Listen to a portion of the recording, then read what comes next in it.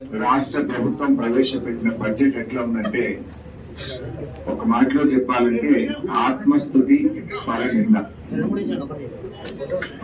6 గ్యారంటీలు నీరుగారిపోయినాయి, సంక్షేమం సన్నగిల్లింది, అభివృద్ధి ఆగమ్య గోచరమైంది.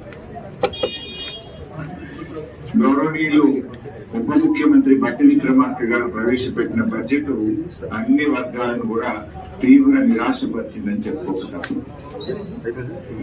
ఎన్నికలప్పుడేమో గ్యారంటీల గారని, ఇప్పుడేమో అంకెల గారని.